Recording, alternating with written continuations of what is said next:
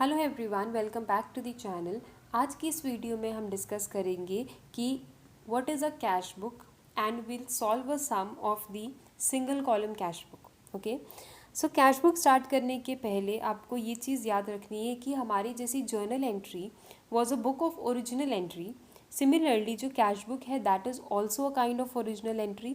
मतलब कि हमारी जो भी ट्रांजैक्शंस हैं वो सबसे पहले अगर कैश से रिलेटेड ट्रांजैक्शंस हैं तो उनको हम कैश बुक में रिकॉर्ड करते हैं।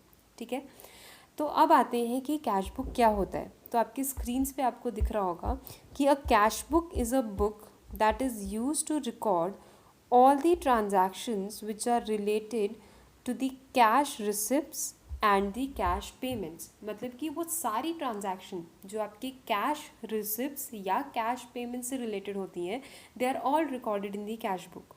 ठीक है, इसके अलावा हमारे कैश बुक में कैश के अलावा जितनी भी बैंकिंग ट्रांजैक्शंस हैं that is all the banking transactions which are related to the receipts and the payments are also recorded in this book।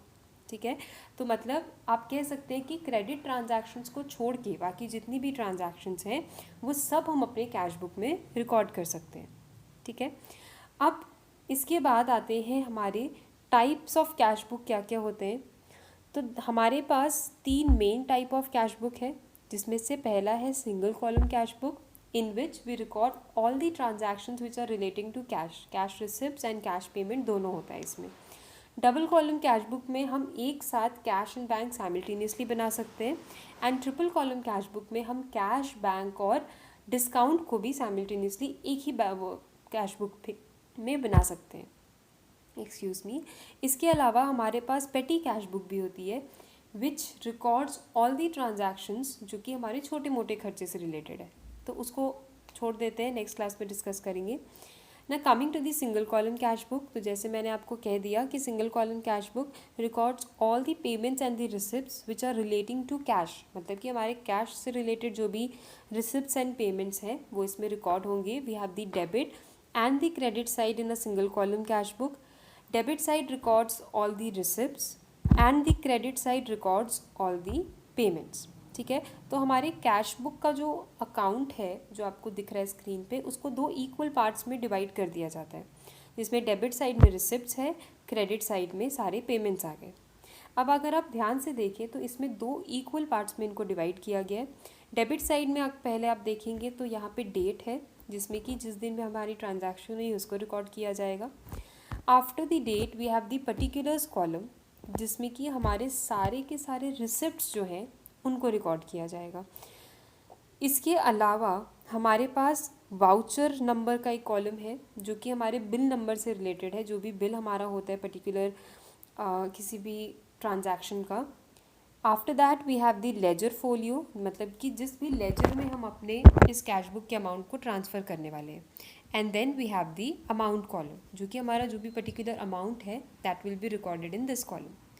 अब वैसा ही सिमिलर स्ट्रक्चर आपको क्रेडिट साइड पे मिल जाएगा जिसमें कि we have date, payment, voucher number, ledger folio and the amount. तो हमारा डेबिट एंड क्रेडिट दोनों इक्वल पार्ट्स में डिवाइडेड होता है।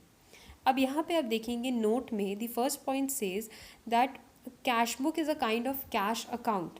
तो जो हमारा कैश अकाउंट है since it is a part of the real account तो it will follow the rules of the real account which says debit what comes in and credit what goes out। मतलब कि हमारा जो भी transaction जो आते हैं हमारे डेबिट साइड में रिसिप्ट साइड है एंड क्रेडिट मतलब कि हमारे क्रेडिट साइड पे पेमेंट साइड है। तो हमारा डेबिट व्हाट कम्स इन जो भी आएगा वो डेबिट में लिखा जाएगा, अगर कैश कंपनी से जा रहा है तो वो क्रेडिट में आ जाएगा। So the cash received is recorded on the debit side and the cash paid is recorded on the credit side of the book. Clear? After that we have the opening balance of the cash is recorded on the debit side as the cash as to balance brought down। मतलब कि हमारे जो भी transaction आप यहाँ देख सकते हैं कि डेबिट साइड पे we have written to balance brought down. मतलब कि जो हमारी ट्रांजैक्शन जो अगर हम कैश ऑलरेडी हमारे बुक्स में पहले से था उसको अगर हम उससे अपने कैश बुक को स्टार्ट करना चाहते हैं तो हमें अपने डेबिट साइड पे मतलब कि प्लस साइड पे टू बैलेंस ब्रॉट डाउन लिखना है and The last point says that the receipt or the debit side will always be greater than the payment side and the difference is written on the credit side by balance carried down.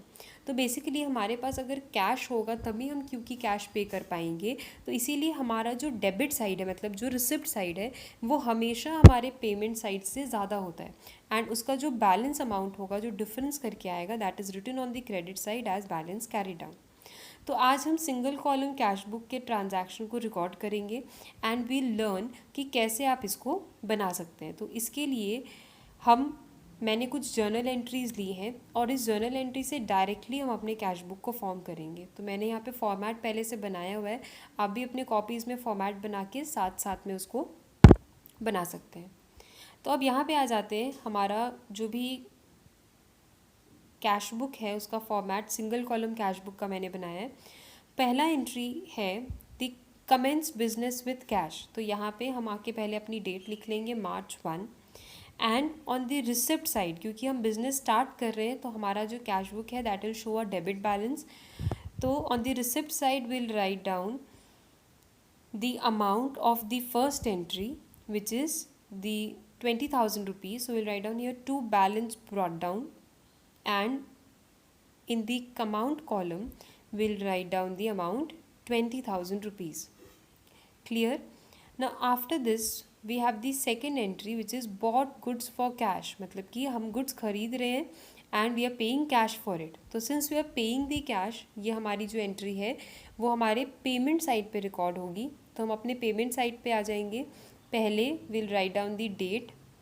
Date में हमारा 5th की entry है तो will write down second की entry तो will write down March 2 and on the particular side will write down by purchases account एंड हमारा जो अमाउंट है वो डायरेक्टली चला जाएगा हमारे अमाउंट वाले कॉलम में 5,000 रुपीज़.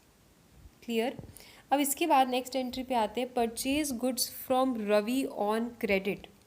अब यहाँ पे अगर आप ध्यान दें तो क्रेडिट में ट्रांजैक्शन है तो हमने पहले ही डिस्कस किया है कि क्रेडिट ट्रांजैक्शन हमारे कैश बुक में नहीं जाती है. तो इसीलिए क्योंकि ये क्रेडिट ट्रांजैक्शन है so there will be no entry in the case of cash book of this particular transaction. तो हम इस ट्रांजैक्शन को अपने बुक में रिकॉर्ड नहीं करेंगे. ठीक है, so will ignore it and will move on to the next part.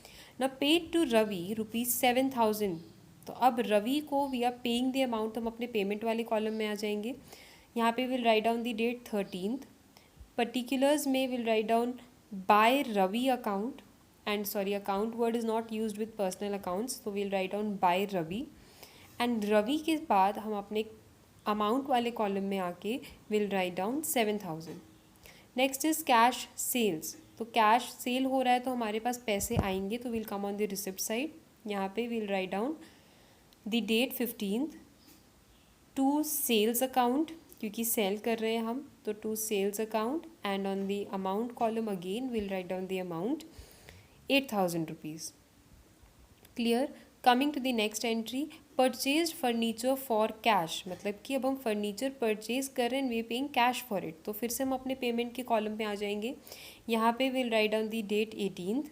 Date लिख के बाय फर्नीचर अकाउंट क्योंकि हमारा फर्नीचर आ रहा है तो फर्नीचर अकाउंट लिख के will write down the amount in the amount column which is 6,000 rupees. Clear? Next is paid wages. तो कॉन्सेप्ट सेम है. वेजेस हमारा रिसिप्ट साइड पे आ जाएगा पेमेंट साइड पे आ जाएगा by wages account and in the amount column will write down the amount 380. इसके अलावा paid rent, the next entry is paid rent. तो वही हमारी सेम ट्रांजैक्शन होगी कि रेंट पे कर रहे हैं तो हमारे पेमेंट साइड पे हम आएंगे एंड यहाँ पे आके will write down bye rent account and the amount will be written in the amount column as ₹400. Clear? अब next transaction says received commission. मतलब कि हमने कमीशन रिसीव की है तो हम अपने कैश बुक के debit side that is the receipt side यहाँ पे आएंगे and on the receipt side will write down the amount, will write the date 26th and जो हमारा अमाउंट है वो हम टू कमीशन रिसीव्ड करके हम अपने अमाउंट को अपने अमाउंट वाले कॉलम में लिख लेंगे which is ₹600. After that we have withdrew cash for personal expenses. तो पर्सनल एक्सपेंसेस के लिए हमने कैश विड्रॉ किया है। पर्सनल एक्सपेंसेस का मतलब हो गया कि हमारा जो भी पर्सनल एक्सपेंसेस है, जैसे हम जर्नल में उसको ड्राइंग्स लिखते थे, तो यहाँ भी will write down the word drawings. तो क्योंकि हम अपने कैश को निकाल रहे हैं फॉर पर्सनल यूज़, तो हम फिर से अपने पेमेंट मतलब कि नेगेटिव साइड पे आ जाएंगे एंड यहाँ पे हम आके लिख देंगे 28 and by drawings account, and उसके बाद अपने अमाउंट वाले कॉलम में आके विल राइट डाउन 1000। ठीक है, तो यहाँ पे 1000 रुपीज़। अब last entry is paid salary. तो फिर से जैसे हमने वेजेस और रेंट की ट्रांजैक्शन की थी, हम अपने पेड सैलरी को फिर से यहाँ पे आके पेमेंट साइड पे रिकॉर्ड कर देंगे। That is 31। अमाउंट हमारा यहाँ पे बाय सैलरी करके will write down the amount on the credit side of our cash book. तो यहाँ पे सैलरी अकाउंट और अमाउंट हम आके यहाँ लिख देते हैं 900। क्लियर।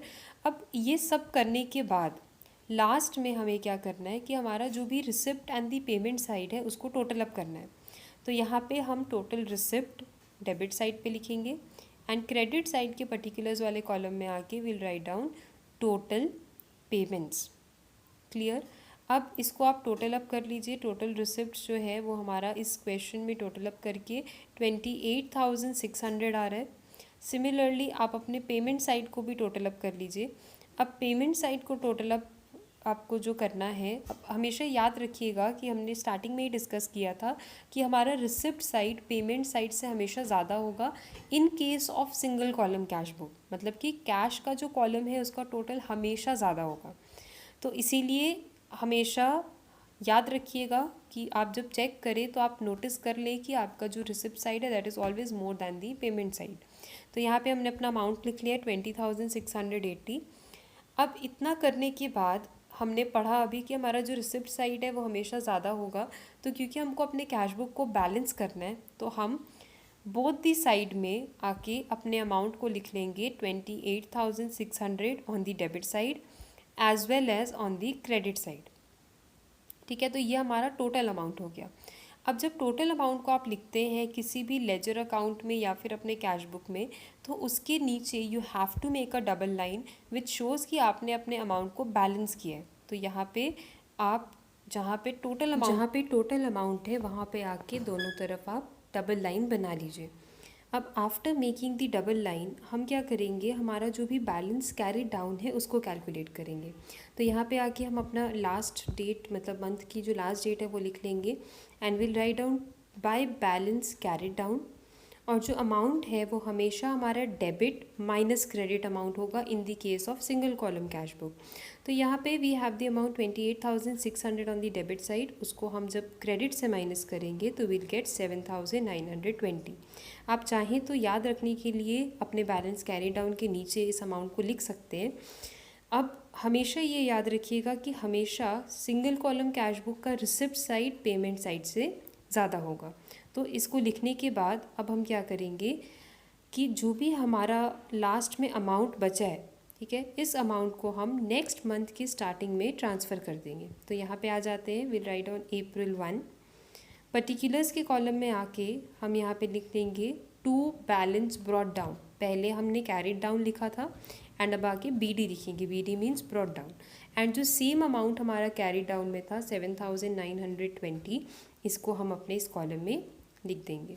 तो यहाँ पे हमें बस अपने इस अमाउंट को नेक्स्ट मंथ में ट्रांसफ़र कर देना है, जो कि हम नेक्स्ट मंथ में फिर से इसी से अपने कैश बुक को स्टार्ट करेंगे।